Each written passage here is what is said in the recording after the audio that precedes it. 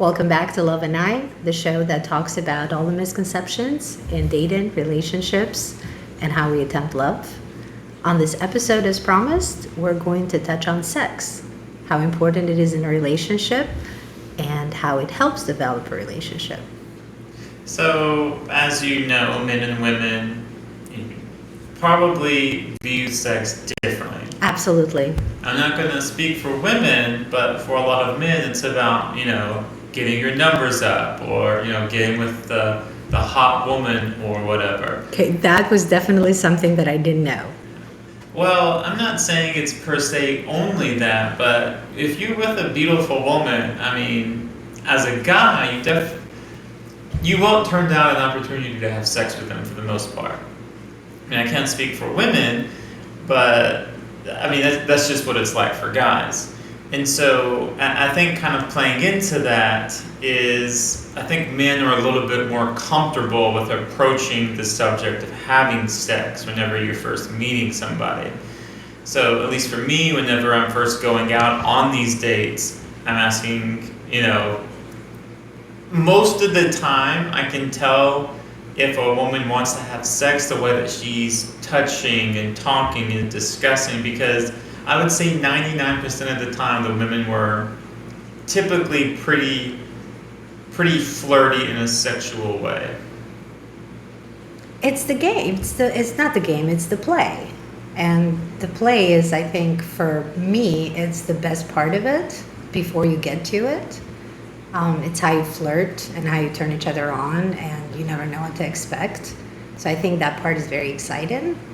But you mentioned numbers, so I need to clear this out, and for everybody else, is that important to guys to have a certain number under their belt as far as how many women they've slept with? What does that relate to?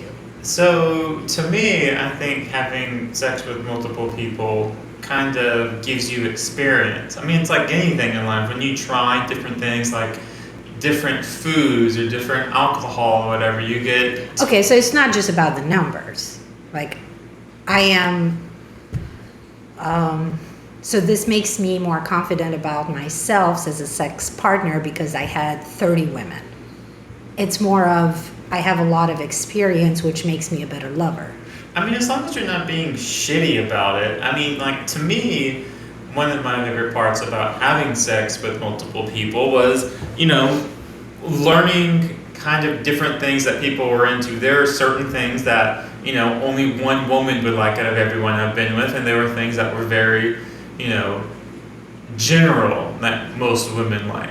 So it was not so much, not all guys are like this. A lot of them are just about getting their number up. But, part of it's also being more experienced with who you're with. Right.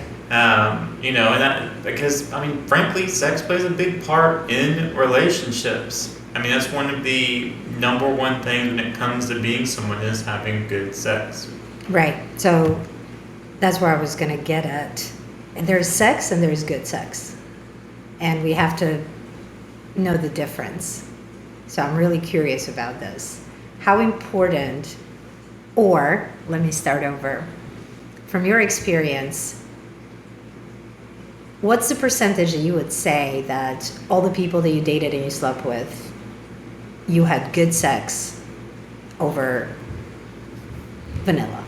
Good. So I would probably say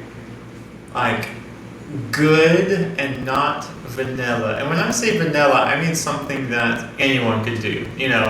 Not just anyone can do, but something that doesn't impress you, doesn't leave you with that hell yeah feeling. And that's what I mean. So anyone can do missionary or doggy style. But is it about position though? I'm not saying that's the only thing, but typically if you're going to be really good at one of those basic positions, you're going to be doing something else in addition to that. So when I think of vanilla, I mean someone that only prefers those three main positions and that's it.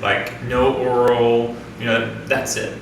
So outside of vanilla, how many have I been with? Probably 20 to 25%. Okay, so which one is high? Okay, so you would say that vanilla was Vast majority, 75 vast to 80 majority. percent. Okay, that sucks. Is that like that for guys too? I feel like guys are a little bit more adventurous than women are. No, No? no, they're not. And so, guys, in a way, and that's another question that I had, are guys the same with every woman? So, Or do they follow women's clues in a way, or her style, her sex style? so for me, I always tried to see how far I could push somebody. So Okay. I would typically try various things during like the first sexual encounter and then build off that going forward. Okay. Just to see how comfortable because some people, there was this one girl I slept with, and the first time I slept with her, she didn't want me touching her at all.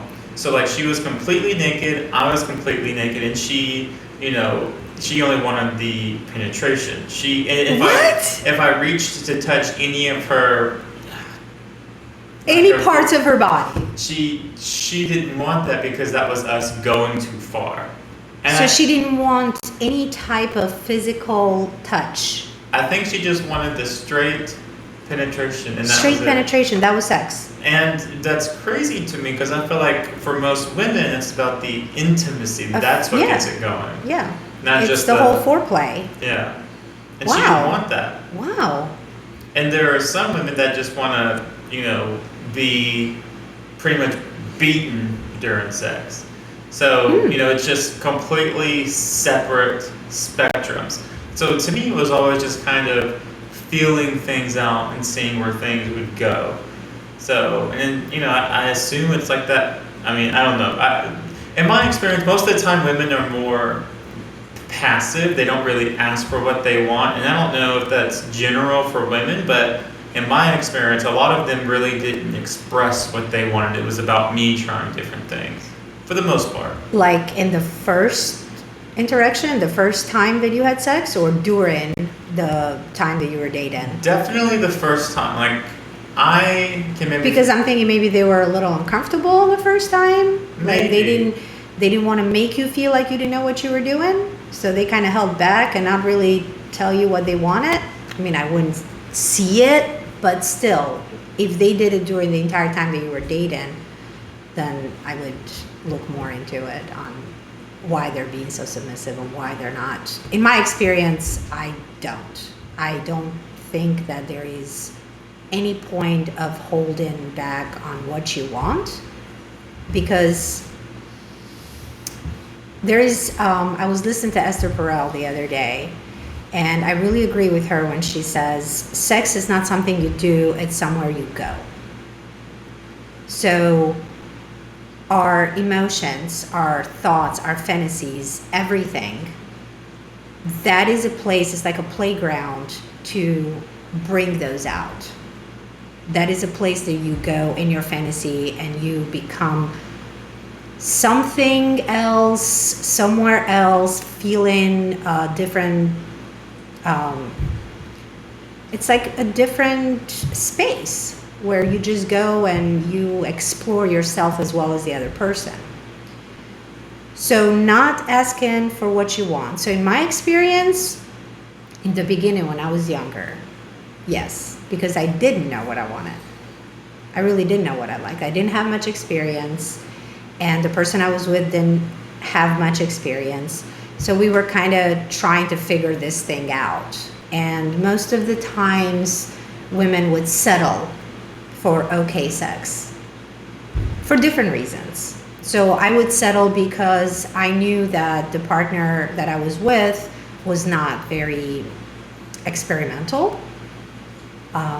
And I would not want to risk other parts of our relationships if I would point out that, hey, I would want you to do this, I would want you to do this more of this or of that, because I didn't know if he was even capable of getting there. And sometimes for women, when they ask the guy, they feel like the guy is doing it not because they're enjoying it, but because it becomes mechanical. Like, it's like you're given a manual. women don't want to feel like they're given a manual because it's a turnoff. We don't want to say, okay, now touch me like this. Okay, now do it like that. Okay, now put it here, put it there. Like, because they're disconnecting themselves with their feelings in that moment. They're trying to think how to train the guy on the next step. So there's a difference between asking what you want, what you would like to introduce the partner to how to please you better. And there's a different way of having to tell constantly the partner what to do because they're not doing it right. Gotcha. You're not getting what you want, so you're constantly like, oh, no, don't turn like this. No, don't do it like that. No, don't flip me over like that. Or go slower. No, go faster. Like, that disconnects that whole energy, what you're trying to do, what you're trying to achieve. I guess. I don't know. It's just whenever I would have sex, and the initial time, I will say that I can think of maybe one or two women that expressed what they wanted. And after that, it increased, but primarily women were very, passive and wouldn't communicate the things that they wanted. Right. And that kind of plays into, the initial time women are having sex. And I would say 95% of the times when I had sex with a woman the first time, they wanted to have alcohol beforehand. And I didn't know if that was very common for women to want to do that, to kind of loosen them up. Alcohol, weakens your inhibitions. And it makes you a little more relaxed, a little more comfortable, especially if it's the first time that you're having sex with someone. But the one thing I would say that most of the time that I have had sex, there has been alcohol involved in some level. I wouldn't say that we were drunk, but it would be a dinner, it would be wine, or it would be a hangout at the house, a drink. But not necessarily, oh, I need to have a drink before I have sex. Like, I have not had that.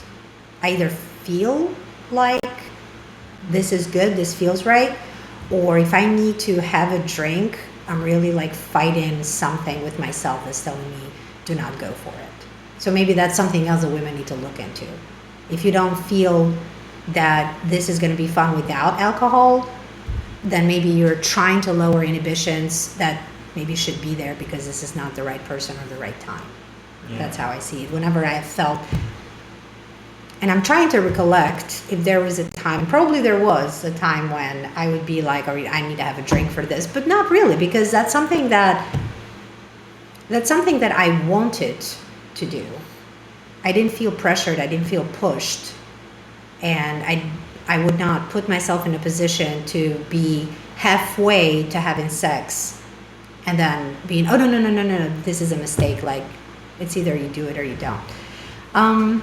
So I don't know. I don't think that's a common thing for women to ask to have a drink before having sex. Interesting. But then it depends on their age and their experience and how confident they feel with themselves. Maybe it's a confidence thing. Well, it kind of always made me worry because, you don't ever want, as a guy, you don't ever want to take advantage of a woman. So right. I always worried when they had a drink, was it okay to have sex with them afterwards? Right, because you didn't want them to think that you were pushing the envelope and they were not ready for it. But in another way, there have been cases where women have said, I shouldn't have done that. I was a little tipsy, and that's how it happened. So it kind of gives them like a way to reel back on their wrong move. Well, I've also noticed there's been a couple of times where I've gone through stints of not drinking alcohol. So I can think of a couple of times where I went on a date with someone, they had something to drink, and then I invited them back to my place. And initially they were like, yeah, sure, let's go back. And then they remembered I didn't have a drink, and they were like, I don't know if this is appropriate anymore. And I thought that was kind of weird that me not having a drink affected the dynamic of going back to my place. No, I don't see it. I don't see it that way. You don't think it is or is not? No, I think it's weird. Okay. I have not heard that from my friends or other women, saying that if the guy hasn't had anything to drink, that's not appropriate.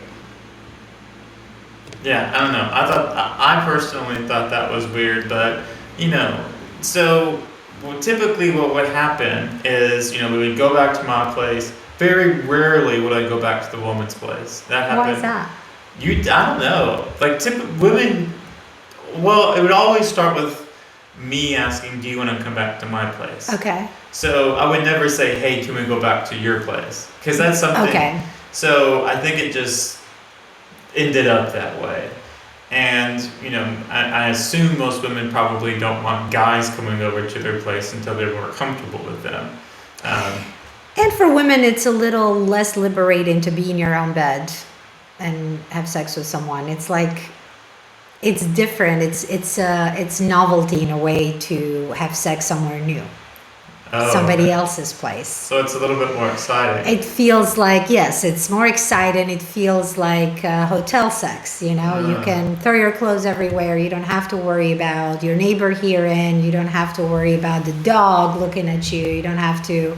It's just a little more liberating. So personally, I would prefer, or let's say I have better sex if I am in my partner's place than in my place. In my place, I'm more on the hosting, like my mind is like, I have somebody over, again, are my sheets clean? Or is this clean? Is that the towels, So you kind of like disconnect from the exciting part of it. And somebody else's place is like, I'm free. So whenever you're going back to this guy's place, is there anything in the back of your head like, I want to see how nice this place is? No. No, it has nothing to do with that. No. Okay. No. If we are dating, let's say we're dating, we're going out to dinner, and you invite me over to the place, then yes, there is the curiosity. I want to see if this guy's clean. I want to see if this guy's a hoarder. I want to see if he takes care of his place, if his toilets are clean. Of course, because that's like one of the qualities, one of the things that we're looking for when we want to be with somebody and have a relationship. But if we're just deciding to go to his place and have sex, like that's the last thing on my mind. Yeah. I don't think women are really looking, unless it's really like, I wouldn't say the bed is messy, that wouldn't mean anything. But if it's dirty, if the place is dirty, then it's a turnoff, of course. But you would know that before you get to having sex with them. Gotcha. In a way, you would see it. So you go back to, I'm just going to say back to my place. Right. That's how it generally was, And so when a woman came back to my place, I just assumed sex was going to happen. Doesn't mean it had to happen. I just assumed, generally speaking, that's what happened. Right. So, I would always try and pick up on signs or things to pick up on or signals, because I was very forward about, the things I wanted and the things I was going for. So typically we would get back, chit chat for a bit, and then, And then how would you approach it? So if it's clear signals and we're sitting next to each other, I'll probably put my arm around, try and touch them or whatever. Right. If they're too far away, I'll probably scoot closer. If they're sitting too far away, they don't want to give you the info. That's sign number one. Okay. If she's all the way at the end of the couch, or if she's in your bed and she's holding a pillow really tightly to her, she's not wanting your ass there. Yeah. Well, typically what I would do is I would try and get closer until it was clear they were scooting away. Okay, so you were like trying to test it. Yeah. How far is too far? Yeah. Yeah. So it just kind of progressed from there. Okay. And I'm assuming it's probably, from your perspective, the same thing. You're waiting until you get approached. No, not necessarily. So you will initiate. I will not initiate. Okay. It's not about initiation, and here's the thing. Initiation is taking something further, like a leap of faith, like jumping into it. But when both parties they give that vibe to each other, that it's how you look at each other. There are certain looks. Even during the conversation, you're having a conversation, but the conversation tends to be flirtatious, tend to be on the sexual side. Tends to, you laugh, you touch each other a lot more. You scoop really close. You have that tight snuggle, and the woman is kind of moving her body next to you, like, okay, this feels right. So it gives you that it's okay to touch her, it's okay to hold her. She's staring at you a lot, meaning like she's talking to you, but she's constantly looking at you with those dreamy eyes in a way, like the halfway closed Marilyn Monroe stuff. I'm not going to do it. So those are the clues that the woman is given. Her body language, she's playing with her hair. She goes, oh my God, it's hot. Or she takes her shirt off, or do you have a t-shirt so I can be more comfortable? And she, boom, she takes her stuff off and she puts her t-shirt on and she's comfortable. She's very comfortable. You ask her, hey, do you want to watch a movie? She's like, I don't care. I don't care. It's clue, meaning I'm not here to watch a movie. Do you want to eat something? No, I'm good. Do you want to drink? Sure.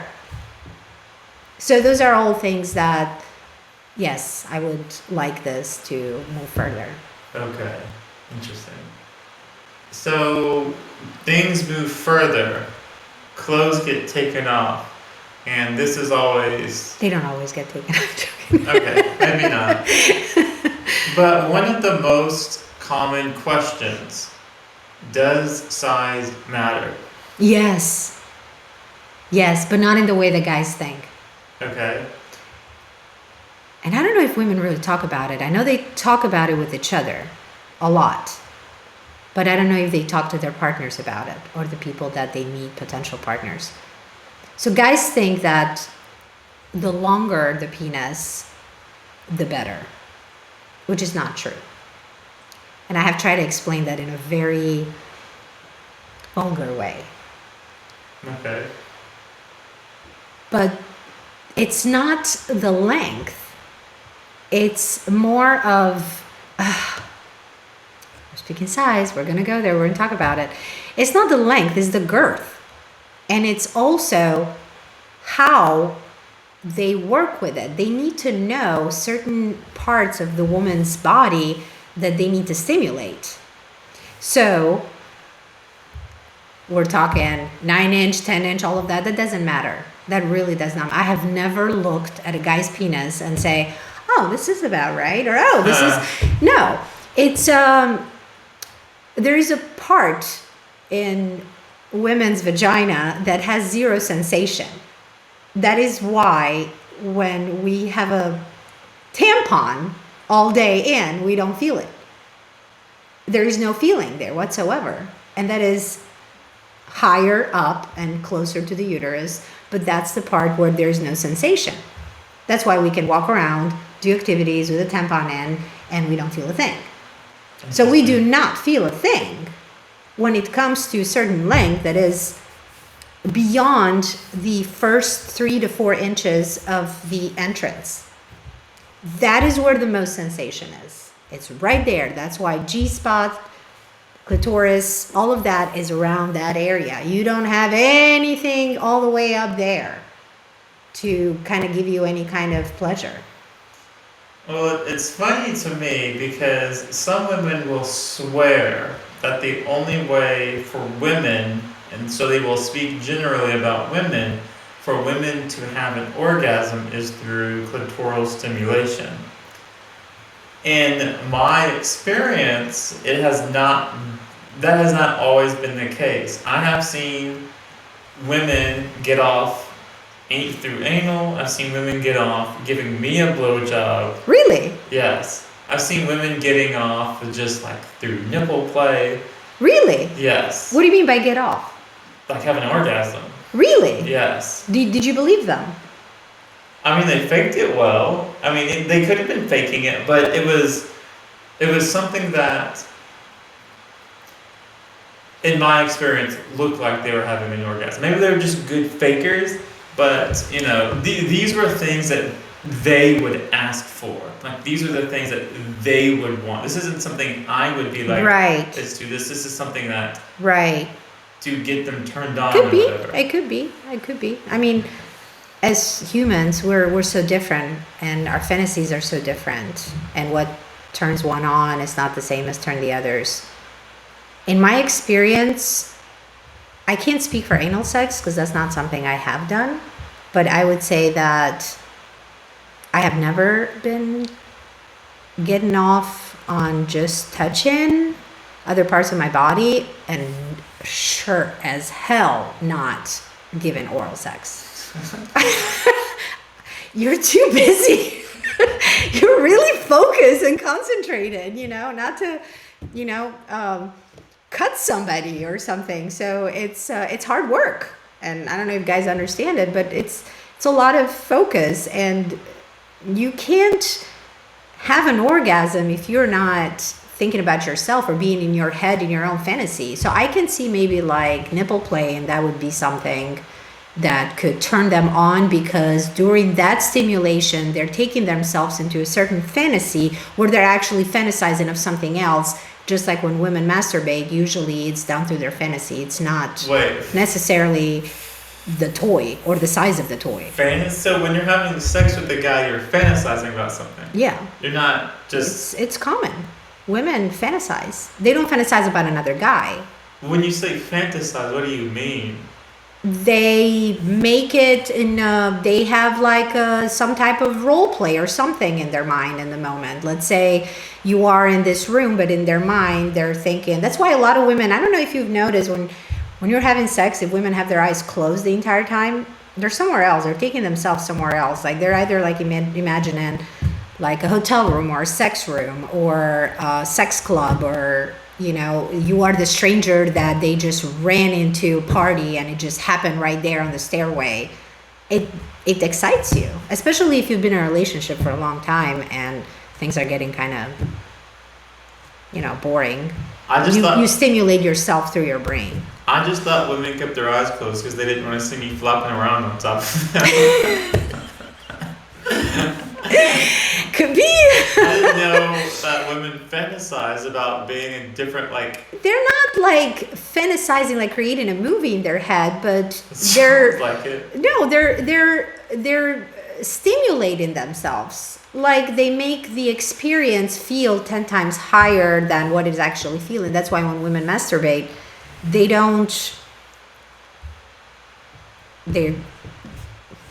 if they're not using toys, it's what they're thinking, where they are, where they're going.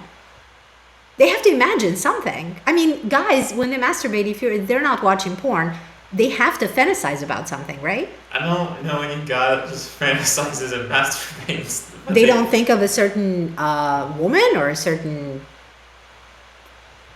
sex partner that they had that turned them on. I knew a guy that beat himself off to a woman in a book because he thought she was very authoritative. See? But that's the only instance I know where a guy's not like watching porn or looking at a magazine or something. So they always have to have like a house. So they always have to have like... You gotta have something going on. You're not just gonna think to yourself, "Oh yeah." I don't know how that makes sense. Because guys are visual. Yeah. Okay, you guys are visual. So women are not really visual. You could just be. Women can do a lot with their minds. A lot. You could just be laying in a room in bed, just like, okay, time to fantasize. We can turn ourselves on. Seriously, we can totally turn ourselves on. It doesn't even have to be the guy. Okay. Yeah. I mean, to each their own. I mean. Yeah. I don't know. Like I said, that one guy who was just like, man, I was reading the book, and she just comes off as this very powerful figure, and it turned me off, so I just beat one up to her. So, like, other than that, it just... Oh, my God. Guys are very, very visual. Yeah. And that kind of goes into, the proliferation of, like, breast augmentation and, Yeah. How is that? Does that really enhance the sexual experience? Is that a must-have? So I am a very physical, visual person. So to me, I have to date someone with a big butt. Like that's what I'm attracted to. Okay.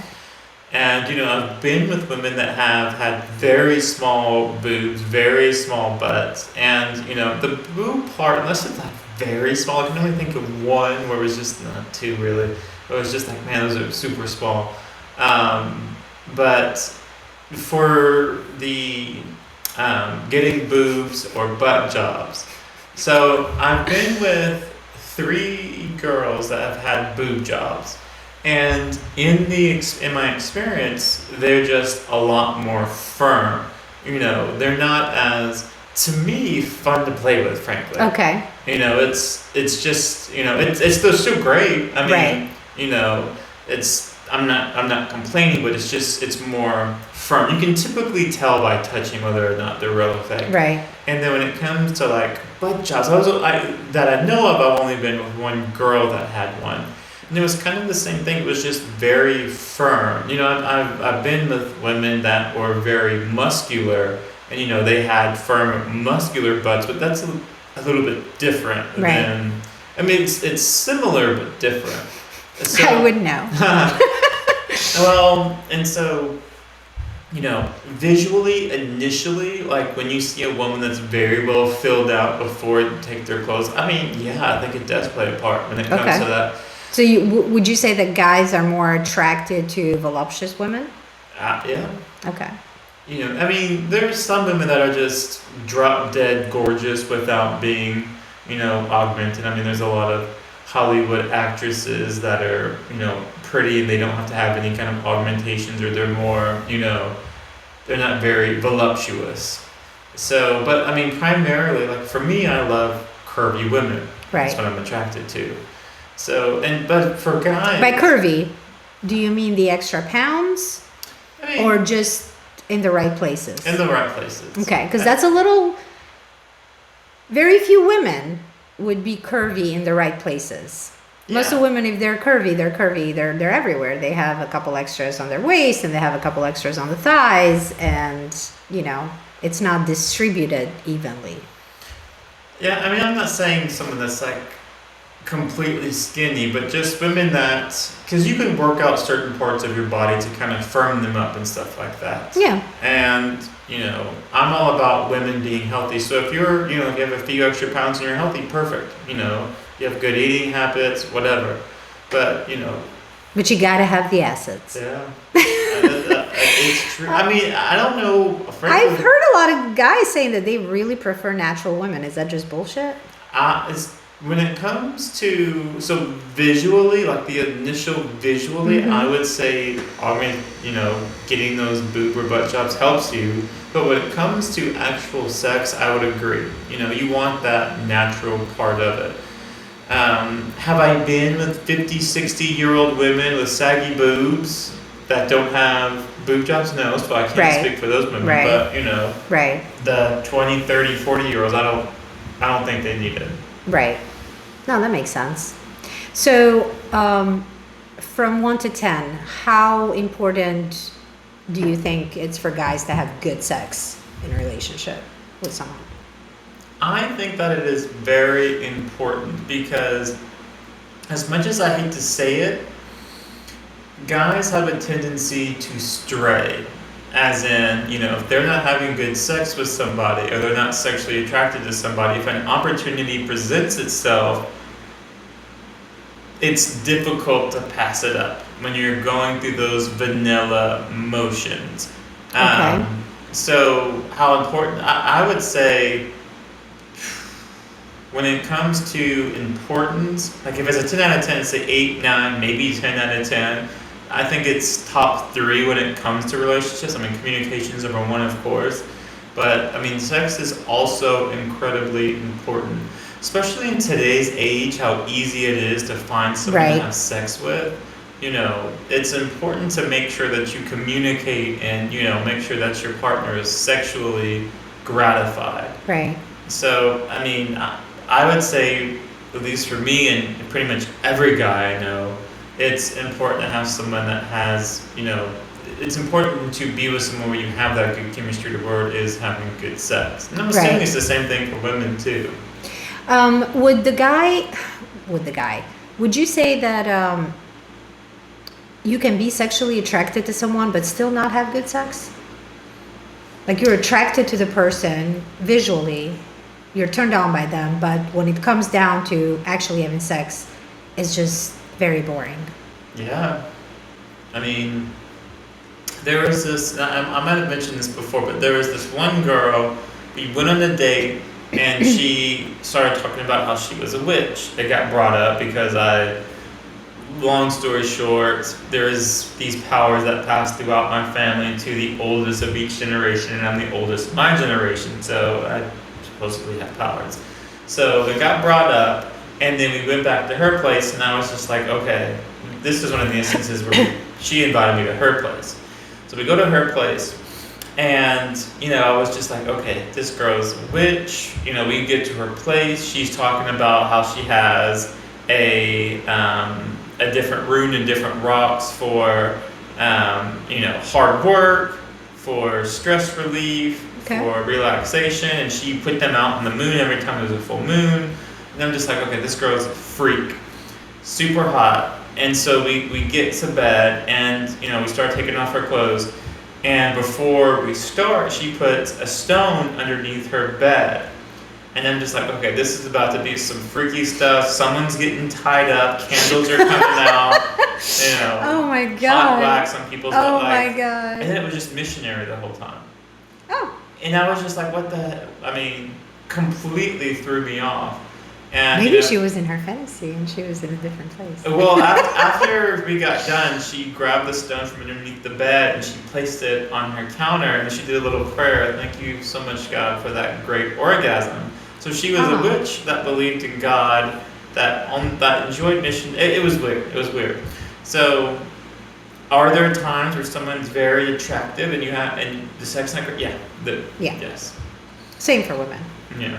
There's I would say that I have twice been in a relationship or a short relationship with guys that were not attractive physically, and sex was just amazing.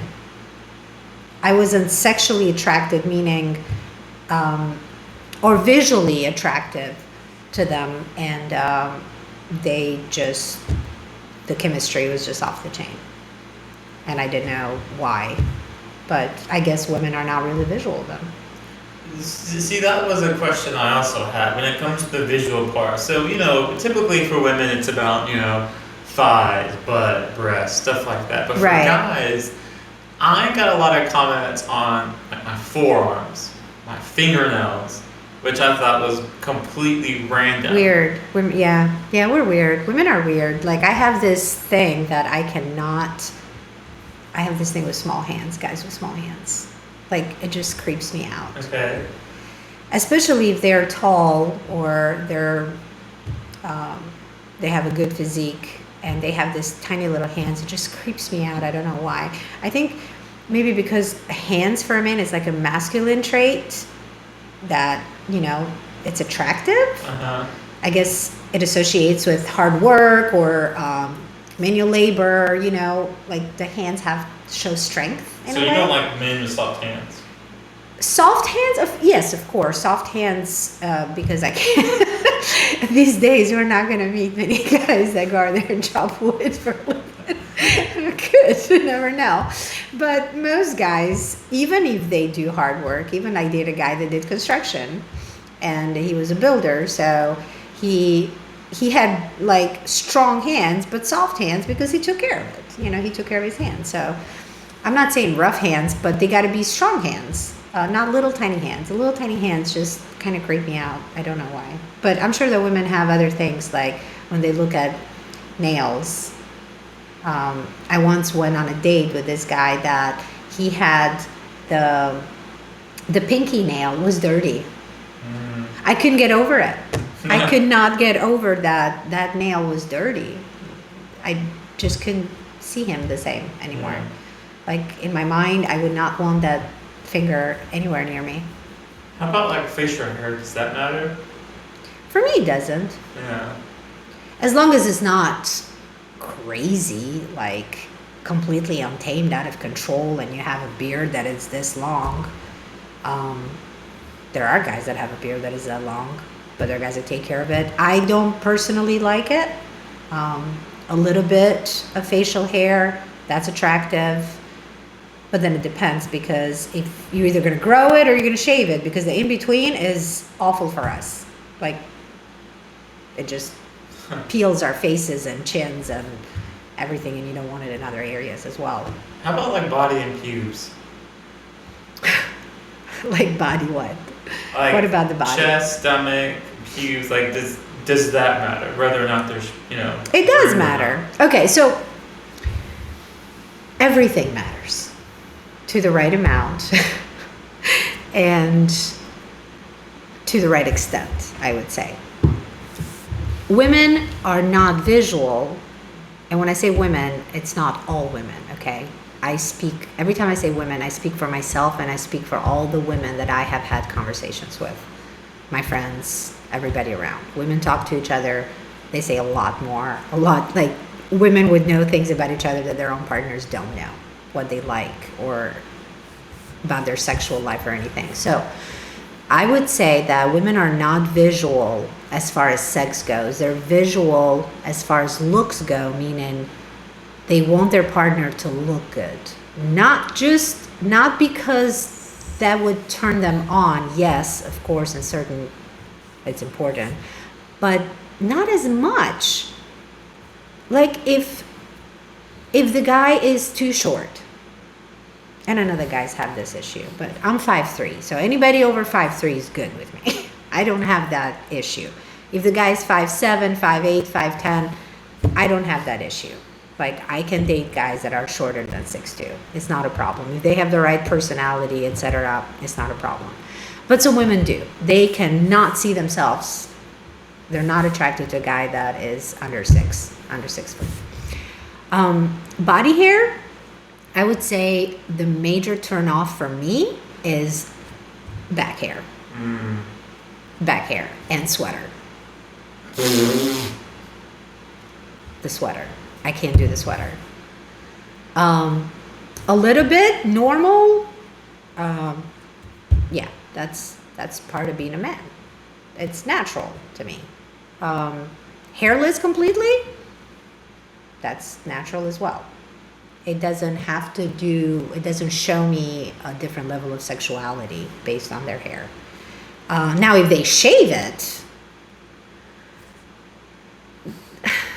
it's okay as far as visual, but it doesn't feel right when you interact with it, because again, there's a lot of friction, and you might look good because you shaved your hair, but it's torture in me and it's painful, and that's another problem. So I'd rather you have some hair than just hurt me.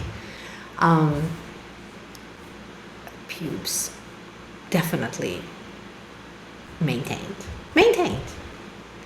I wouldn't say shaved, because we get back to that, and guys don't realize what that does to us.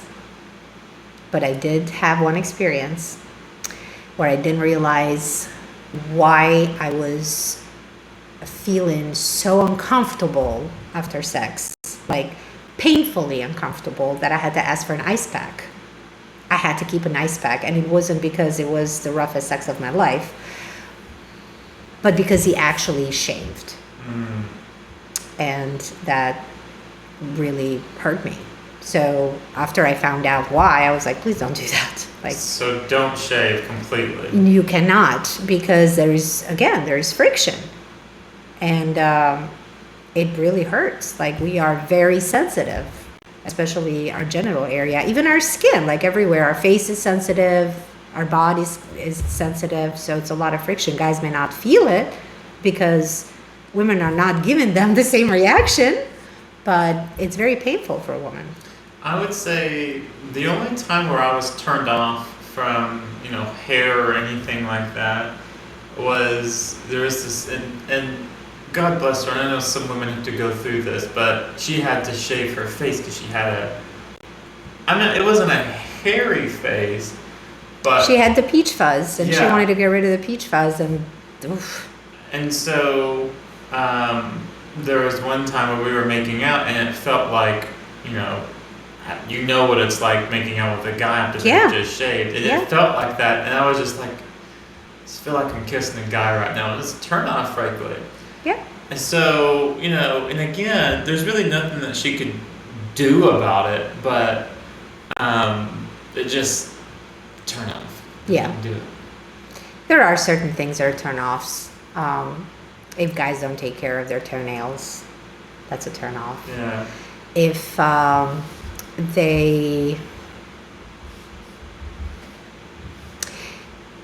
they are not expressive at all.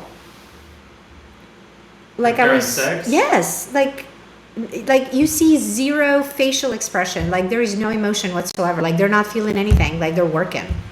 It's weird because that stops you from communicating what you want as well. Because you want to have that give and take, you know. You want to be able to see that, you know, the person is right on the same page with you. They're enjoying it. So you want to get some type of reaction. Like, how is it with guys? If the woman is not reacting at all to anything that you're doing, she has the same face and she's just looking at you with a half smile during the entire time you're having sex. Isn't that weird? Yeah, I hate it because it feels like I'm not doing something right. Right. Because I don't know if Like, are you feeling? Are you awake? Yeah. I don't know if there's just a lot of women that's good at faking it and making noises. I don't know if that's something that... It's not the noise, but you have to have some type of facial reaction, body movement. For me, noise is important too. Okay, Because like loud noise, it's It important? doesn't have to be loud noises, but some kind of, you know... Moaning. Yeah. Yeah, of course. But those are things that come naturally. So they're not things that a woman can, okay, this is my act right now, you know, we're starting. And I'm not saying I'm the best at sex ever, but, you know, primarily women would, you know, make some kind of noise during, and that indicated, okay, that's what they like. I need to pay attention to this or whatever. So you are tuned into the volume. Yeah. I mean, If the volume is up, I'm doing it right. If the volume is down, not so good. Yes. Okay. And frankly, that played the most part when it came to oral sex. Like, Right. women, and I would recommend anyone read She Comes First to the extent anyone hasn't, because I think that is a great job talking What's about the title oral of the book? She Comes First. She Comes First. Okay. Yes. Because that talks about kind of tips and tricks and stuff like Okay. that. But regardless, you know, a lot of women like different things. Yes. You know, some women want it more soft, they want it more forceful. And I would say that's probably something that you have to be in tune with. Because, I mean, some women don't even like it. You do. And, you know, when it comes to oral sex or just sex in general, you know, one thing I was always worried about, because I really don't have any boundaries, frankly. I'll do anything. I don't give a shit. Right. But, I mean, My mind just started picturing things. Okay. All right. For the sake of the minutes. Let's go. So, what would typically happen? Okay. What would typically happen is, you know, I didn't care what was going on. I'm sorry, I can't. Okay. All right. I'm better now. I'm better. So, No eye contact. what would typically happen is I would ask them, hey, do you want to try this shit? Do you want to experiment doing this? Uh-huh. And, you know, I was always worried when I said that stuff that... Why? Because you would get like a what? Yeah, Hell no. or it'd be like a turn off. Like if I say something like, hey, let's put on furry costumes and then get freaky. Oh my god. So you really meant it, no boundaries. Okay, we're talking good sex within the normal boundaries of sex that do not involve furry animals. I'm not saying that's like the extreme, but I just... We haven't gotten to that episode yet. Let's just stay to good sex between two people with regular skin, human skin. Okay. But how do you, like, trying anal or putting your finger up their butt or just like... You try, and you see her reaction. So you try without... Yeah, you don't just like go for it, you know, but you kind of play around it. You play around the area and you see her reaction. If she removes your hand, it's a no-no. And women will do that. So what about... If she goes yes, then you go a little bit further. And if she says, okay, I like it, then you keep going. And then you say, would you want to... And she'll say yes or no. Well, let me give you this example. And so I get that in certain instances like this, and maybe this is going to extreme again. Yeah, a little bit. But some women like rough sex. So what if it comes to like smacking them in the face and stuff like that? Like, That's a no. No. but some women like that. Really? Yeah, some women are into some, especially in the legal field. It's funny to me because most women in the legal field are these very, strong, powerful women in the courtroom. Masculine women? I'm not saying they're masculine. Well, that's a masculine trait that comes forward. Maybe. I'll leave that one to you to interpret. But in the bedroom, they're super submissive. They want to be choked out until they pass out. Right, because they're used to being in their masculine the entire time outside of their home, and they miss being feminine and submissive, and sex is the only way that brings them back to their feminine side. Yeah. Because it's very tiring for women to be in, especially with women that have positions that they have to be very authoritative, and it's hard. It's really tough because you go against your own nature. Okay. You have to put on like you have to act like a man. Okay. So sex is something that brings them back to their feminine side. So it's not a turn off to ask if someone likes those things. I wouldn't say it's a turn off if my partner is asking me if I like this or that. He's trying to find out, if we're on the same page as far as what we like in sex, and if I don't think that's wrong to ask, but I would be honest and say, this I like, this I don't like, or I'm willing to try this. I've never tried it. I'm willing to try. I don't know if I'm going to like it, but I'm willing to try it. But it's not a turn off to ask. It's a turn off when they assume that just because you are doing certain things that you would do other things as well. And they assume, and they do not kind of see if that's something that you would go for, especially if it's extreme. Anything extreme. Is there anything in general then that men just don't know that women enjoy or don't enjoy? Like, for example. Yes. Go ahead. Can I vent? No, I'm joking. Yes, somehow guys believe that the harder and the faster that they go, the better for the woman. And it's not true.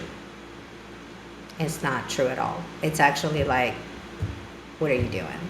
Like, why? Are you trying to get oil out of it, or like what's going on, Oil. Yeah, because it's like, super super intense, and that's not, and the thing is that they start and finish the same way, it's like the same rhythm, and it's not fun.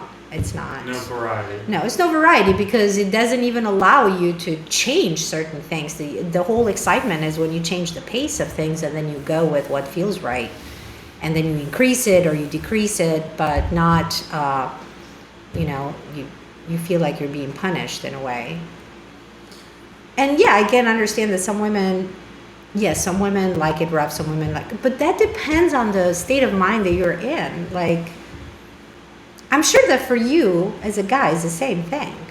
Are there times that you want your woman to be more aggressive, and there are times that you want her to be more soft? Yeah. More affectionate? I mean, primarily aggressive, but yeah, sometimes soft. Like if you're feeling in a certain way that you just need to have a little more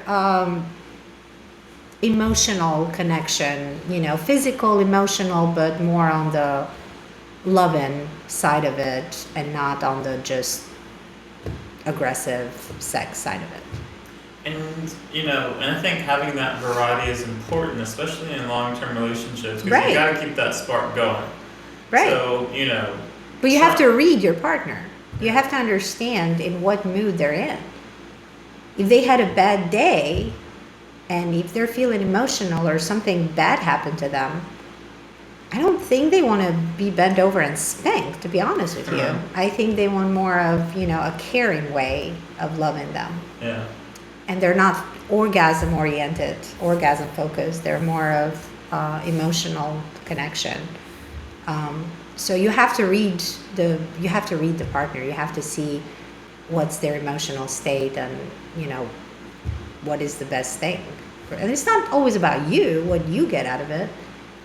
It's about pleasing the other person. You have to give and take. You can't just like, what's good for me, I need to always get what's good for me. No, sometimes you have to give what's good for them. And then even if you don't get the same back, it's okay. Yeah, that's why, like you said, being in tune with your partner, and then maybe even discussing certain role plays and stuff like that.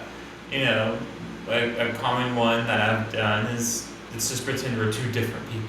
Let's just meet up and pretend we're on a first date. Right, that's part of spicing it. Yeah. And that's part of the fantasy that I was talking about. Yeah. That it helps the woman go to a different place, and she's not doing the role play, she's not communicating to the partner, but in her head, she's already there. So I was doing a little research on this. One of the most common fantasies for women is the rape fantasy.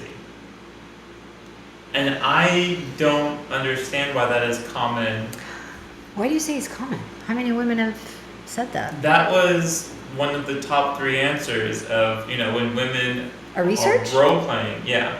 Oh, wow. That's one that they enjoy. Not like super aggressive or whatever, but, someone just coming in, having their way with them, with a partner, obviously. And it's those kind of, when it comes to fantasizing, it's just being open and having that communication, because everyone has different fantasies, and you might not understand it. I didn't understand it. Right. So you have to communicate it. Yeah, and it's just always been interesting hearing from women what they like, what they enjoy, their different types of fantasies. Because another one, I think number 2 on the list was going on a first date or whatever. Mm-hmm. So, would you say for guys the emotional connection is a factor in deciding to have sex with a woman, or is it purely physical? I think emotional plays a little bit of a part to it, but it's mostly physical.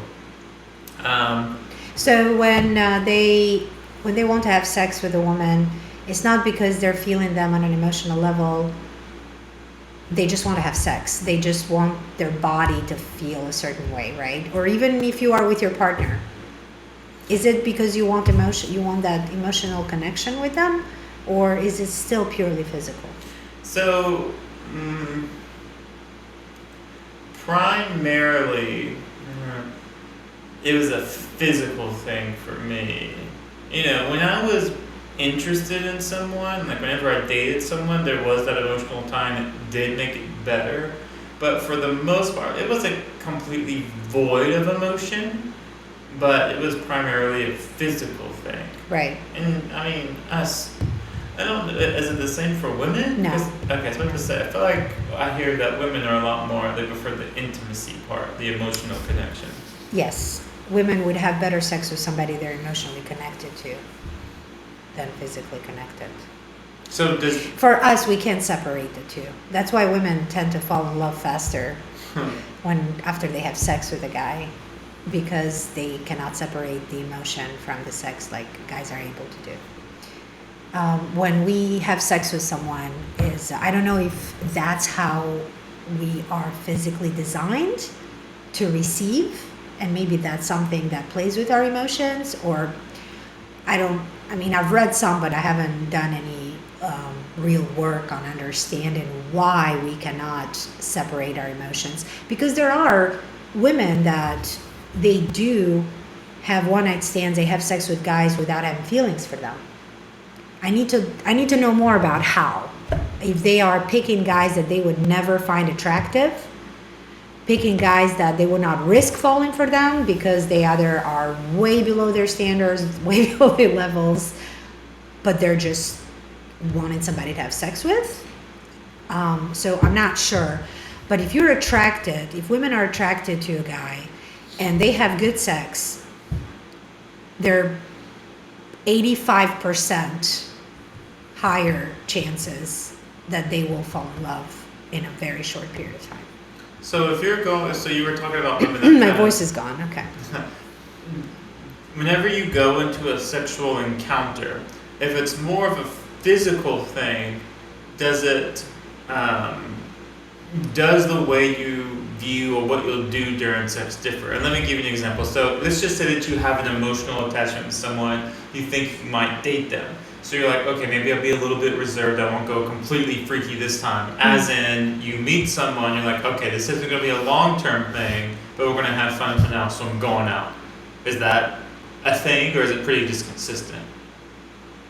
It's a thing. Okay. It's true. It's true that women would present themselves in a different way with different guys, but that is not because that's how we prefer to have sex. That's because how society restrict us to think that you cannot be your sexual self the first time that you have sex with a guy that you like. Because he may think that you have had a lot of experience. And that's a question I have for you. Is it true? If you are sleeping with someone that the first time they sleep with you, they are, super free and do whatever they feel like doing. There is no holding back. Would you feel that this person has had a lot of experience, has slept with so many people, I don't think I can show her anything? Like, what is she going to learn from me? She's probably doing things that she learned from other people. I don't know. Is that true? This is what I hear from guys and girls. So this one is a very difficult one. It is very difficult for us too, because it puts us in a pickle. I don't mind it either way. And this is going to be an extreme, awful example. But, so,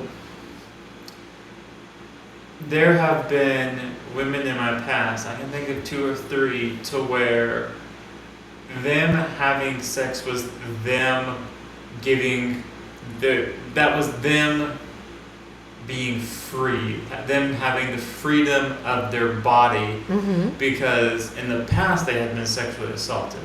So that was kind of their way. This is how it was explained to me. It was kind of their way of taking their body back. So they would just have sex the way that they want to have sex. And so I was never bothered by someone that just went all out the first time. I was never turned off by people that just didn't want to be touched during sex. But did you like it? Yeah, of course I did. Okay. I mean, did you like it? Meaning that you didn't think anything of the woman. You didn't think it didn't matter. To me, everyone expresses themselves differently through sex, and it's kind of like communication. Right. I view sex the same as communication. The key to sex is the same as communication. It's about listening, paying attention. Right. If a woman enjoys something, whether it's something you're comfortable with or not comfortable with, but reacting to it, being responsive to it when a woman tells you. So there has to be honesty. Yeah. And to me, that's no matter if you have that physical or emotional connection, but it's about communicating with your body or listening to the things that they say or the noises they make. So to me, anytime that I would have sex with someone, whether it was just missionary or they were going all out, it was just about listening, paying attention, giving them what they wanted. Because I found that when I was responsive to that person, they would be responsive to me too. Does that happen all the time?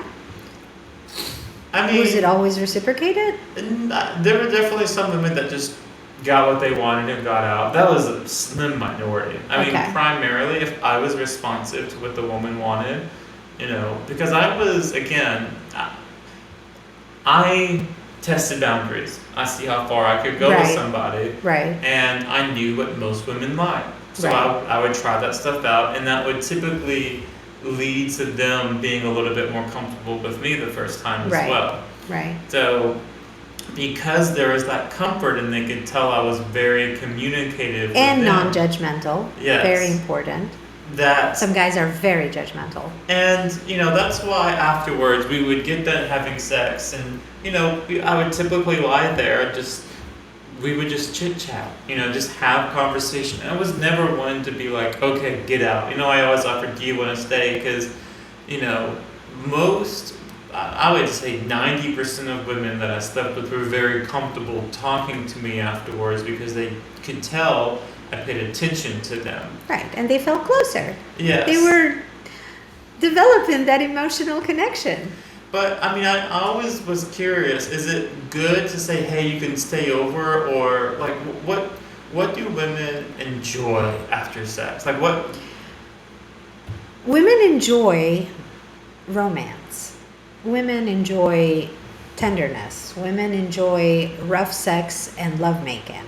Women enjoy all of the things. If there are movies made, those movies are made for women because they're not realistic. But yes, women want to be cuddled. Women want to talk after sex because the reason that they want to talk is because they're ready to develop the emotional connection with you. Now, okay, now sex was great. Now I can talk to him. I can talk about how it felt for me and how happy it made me and how did it feel for him, and just making sure that, you know, this was good for him as well, that we're on the right path and this is working for us, so we're connected. But if you don't want to lead the woman on, you're not looking to build a relationship with her. You're only looking to casually date or just hook up every once in a while. You don't want her to create that with you. You don't want to cuddle with her after sex. But you don't want to spend the night together. But you just say, "Hey, we're done. Get out." No, you just say, "This was awesome. When can I see you again?" You break it. And guys tend to pull away after they orgasm. They pull away. And they don't really snuggle because I guess it's a testosterone drop or whatever it is. I'm not sure how it's explained scientifically, but realistically in real life, they pull away physically. Physically, they pull away in that moment or right after that moment. They want that break, that distance. So the guys that would snuggle or would cuddle or want to have that physical touch still after sex, they felt more emotionally, I won't say emotionally like they were in love with the woman, but they still wanted to have her close. To me, it sounds like it's damned if you do, damned if you don't. Because it's so... Depends on what you want. Like, if I don't want to see this guy as my boyfriend, I don't see him as building a relationship with him, I do not want him to spend the night in my house, and I would not mind if he leaves. So, because to me, I feel like it's very vulnerable for a woman to have sex with a man.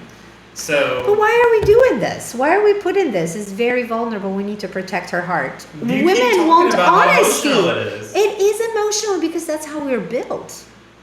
We are built to have feelings. We are nurturers. We're women. That's what we do. We do love. So it's very normal for us to want to connect emotionally. But at the same time, we're the ones that just want to screw your brains out and leave because we want to sleep alone. We love to have our own bed. We don't want anybody to share. We just don't.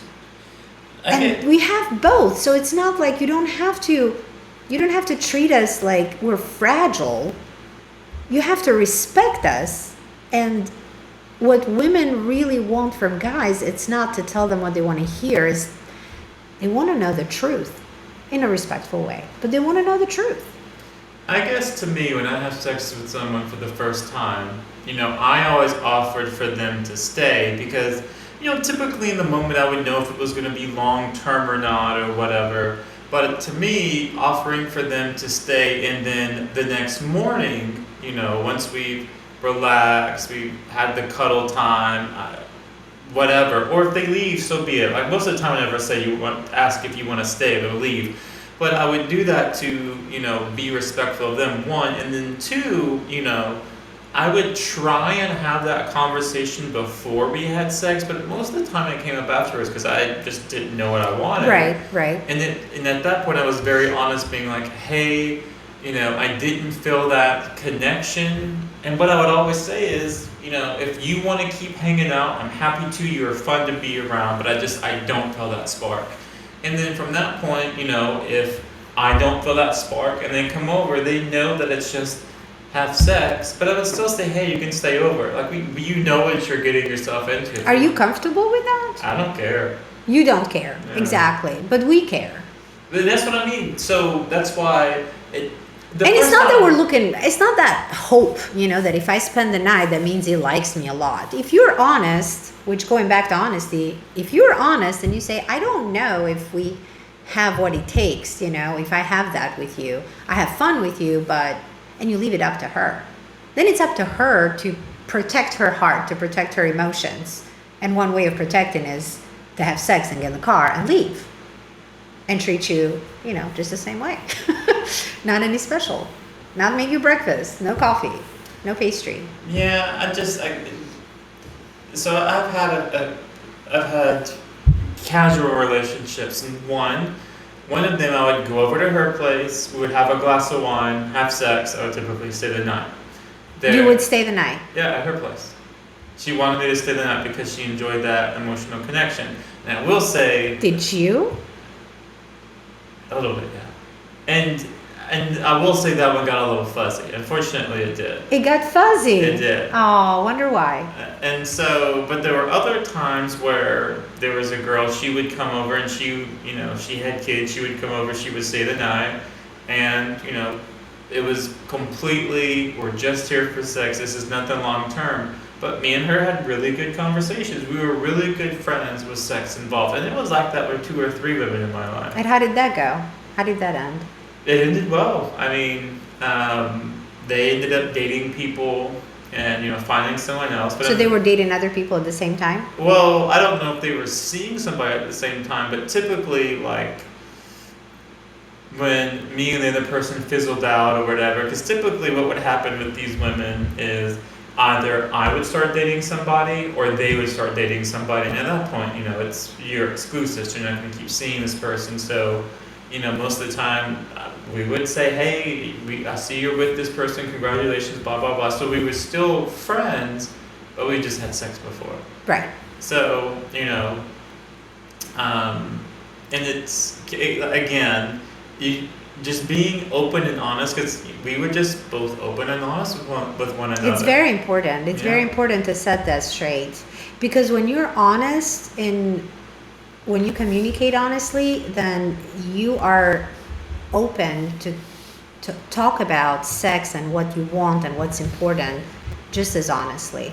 Because once you create that trust, meaning that I believe what he tells me, I am comfortable enough with this person to be myself, to do what is right for me. I don't feel pressured. I don't feel like I have to perform. I don't feel like I have to change anything about me.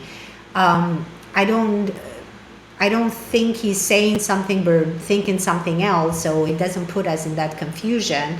And we're very open. And that's what makes a woman very comfortable to be open sexually as well. And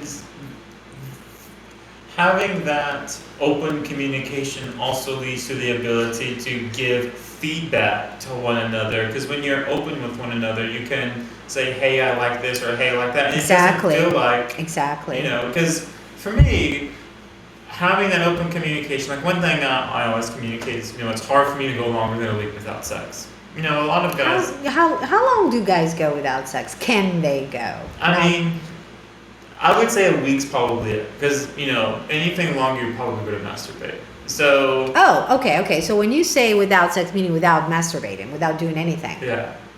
I mean, I would say probably generally 4 to 5 days. Probably not longer than that. Got it. I mean, I would say 4 to 5 days to a week. Got it. But just... And how long can guys go without sex just masturbating? How long can guys just masturbate? Like, without wanting to see a woman? I don't know any guys that... The guys that are masturbating are the guys that can't get with women. So they want to get with them, they just can't for whatever reason, or, okay. So it's impossible for a guy to focus on his career without thinking of women for a period of time. I mean, part of moving up in your career and making money is attracting, at least for me, it was attracting the opposite sex. I wanted to put myself in the best position to get, the cream of the crop. So let's say you are in a relationship and you just got a promotion and you are very busy and your work is putting a lot of pressure, you're stressed, and your partner wants to have sex and you are not interested in having sex, right? Because work is on your mind or other things are on your mind. Yeah. How long would you go without having sex? It still probably wouldn't be longer than a week.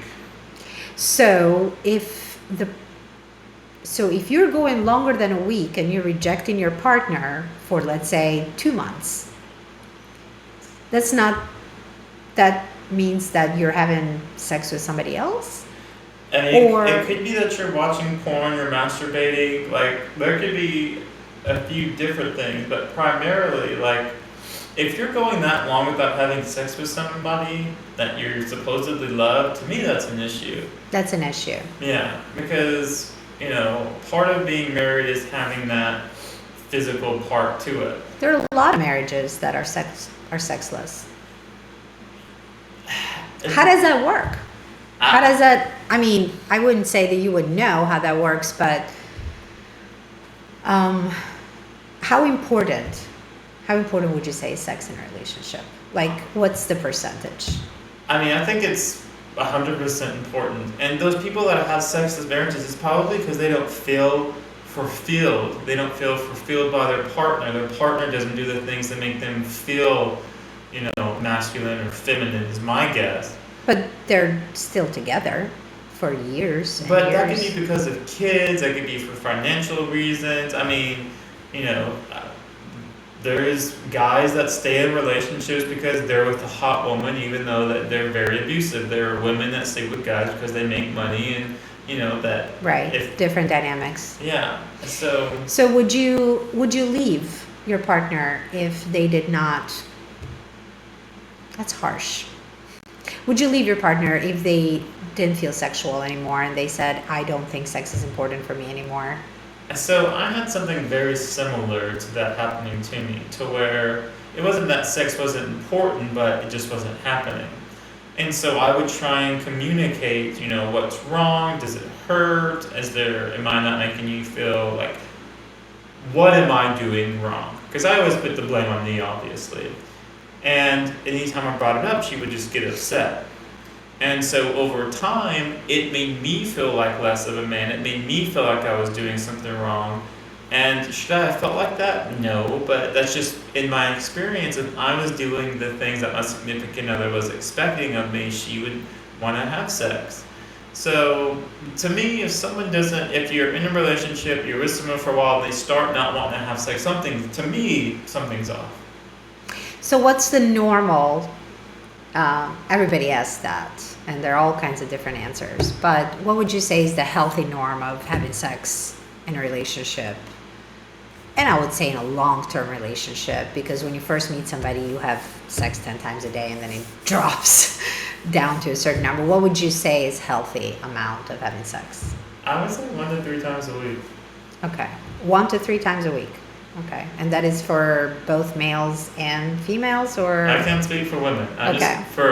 For guys, I think 1 to 3 You would say times. at least 1 to 3 times, right? Or max 3 it times? could be more. You can do it every day. Okay. But to be healthy, I'd say 1 to 3 times. And to have quality sex as well? Yeah, it doesn't always have to be quality. Doesn't always have to be quality, okay. Sometimes just a quick little... something quick at the pool wouldn't be bad either. Okay, so it's not important to have that good sex every time you have sex with your partner. As long as you are connected at some level, you are physically intimate, it's still satisfying. It doesn't have to be the great sex all the time. Yeah. That's awesome. For women, I would say at least twice a week. But one thing, what really turns women on is being wanted. That's why when they first start dating, they get with somebody, those first times when women have sex with guys, women feel so much more passionate and so much more free. It's because of the amount of desire that the guy's showing, how much he's wanting her, how passionate he is. That's the major turn on for women. When they see that, that's the major turn on. Even if they're not thinking about sex, when they see it being pursued that way, that's a turn on. Gotcha. So when it comes to going for a woman, don't just wait for her to give you the clues, like don't see is she in the mood. Just want her. Want her like you wanted her the first time that you had her. Show that passion, and you are going to get that passion back if they still, find you attractive. But And they can properly fantasize. they will do what they have to do. If you're not doing it, they will do it themselves. Yeah, and again, I think it comes down to the communication, expressing your needs. Absolutely. And being open and honest. Yep. And it's very important that men understand that women need to be understood, and they need to feel that they are understood and they can be open and be valued for it, not